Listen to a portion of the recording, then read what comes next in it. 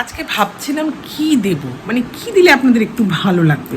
সব সময় তো টপিক খুঁজতে খুঁজতে আমারও মাথা খারাপ হয়ে যায় যে কি দিলে আপনাদের ভালো লাগবে। আগের ভিডিওটা যাদের দিয়েছি অনেকে অনেক কমেন্ট করেছেন, মানে আমি ভীষণ ভীষণ আমার ভালো লেগেছে। দেখুন ওটা কিন্তু ঠিক আছে, মানে ভালো আছে।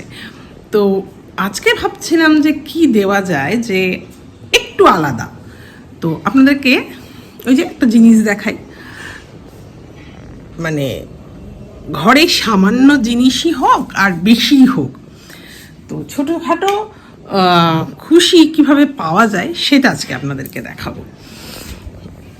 এটা আমার শাশুড়ি মায়ের ঘর, তো ওনারই বিছানায় চেপে দেখাতে হবে আর কি। আমাদের বাড়ির পেছনে একটা আম গাছ আছে, তো আম গাছে এর আগের বার প্রচুর আম ধরেছিল, তো তখন দেখানো হয়নি, মাথাতেই আসেনি যে এরকম ছোটো ছোটো ক্লিপ। এখন তো সবাই একটু ছোটো ছোটো যায়, তাই সবাই দেখে। তো এইবার সেরকম কিচ্ছুই হয়নি, তবে হয়েছে, যেটা হয়েছে সেটা আপনাদেরকে দেখাচ্ছি কি হয়েছে। এর আগের বার প্রচুর প্রচুর আম হয়েছিল। গাছটা বহুদিন হলো লাগানো হয়েছে, আমাদের পেছনে একটু জায়গা রয়েছে, এবং এত সুন্দর আমটা খেতে হয় না, কি বলবো। গায়ের চোকাটা একেবারে পাতলা আর ভীষণ মিষ্টি হয়। তো এবার তো কয়েকটাই মাত্র হয়েছে, আপনাদের সঙ্গে শেয়ার করলাম। কেমন লাগছে আম দেখে, যে আম পাকতে চলেছে, মালদার আম।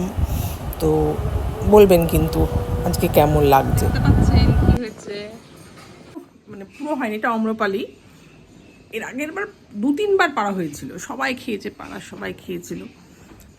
এবার কয়েকটা মাত্র হয়েছে, জানি না কি হবে, লাস্ট পর্যন্ত থাকবে কি থাকবে না। তো তার মধ্যেও কিছু কিছু দৌড়ত্ব, দুপুরবেলায় এসে বাচ্চা বাচ্চা ছেলেরা পেরে নিয়ে চলে গেছে কিছুটা। আজকে ওয়েদারটা কিন্তু ভীষণ ভালো। আপনাদের কি মতামত? তো কেমন লাগলো আমাদের গাছের আম দেখে কমেন্ট করে বলবেন। বাই।